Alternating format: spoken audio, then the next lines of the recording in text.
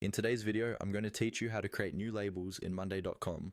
We'll walk through this together step by step so you can easily customize your boards and keep your workflows clear and organized.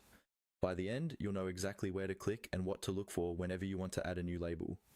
First, make sure you're on the correct board in Monday.com where you want to create your new labels. Once your board is open, look for the status column. This is usually the column that shows things like working on it, done, or stuck.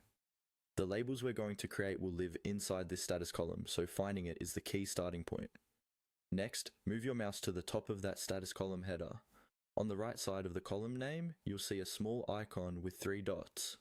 This is the column menu, and it's where you can access additional options and settings for that specific column. Go ahead and click on those 3 dots. When you click on the 3 dots, a drop-down menu will appear. From this menu, you want to look for and select the option called Settings. This will open up another set of options specific to how this status column behaves and how it looks. Click on Settings to move to the next step. Inside the Settings options for the status column, you'll see something labeled Customize Status Column.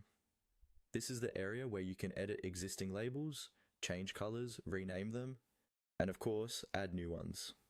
Click on Customize Status Column to open the customization window. Once the customization panel is open, look for the option that says Plus New Label. This is usually listed underneath your current labels. Click on Plus New Label to create a fresh label. After clicking, you'll be able to type in the name of your new label and, in most cases, choose a color that makes it easy to recognize at a glance. Take a moment to name your label clearly, based on how you and your team actually work. For example, you might create labels like On Hold, Needs Review, or Waiting on Client. When you're happy with the label name and color, simply click outside the field or confirm your changes, and your new label will be available immediately in the status column. That's all it takes to create new labels in Monday.com.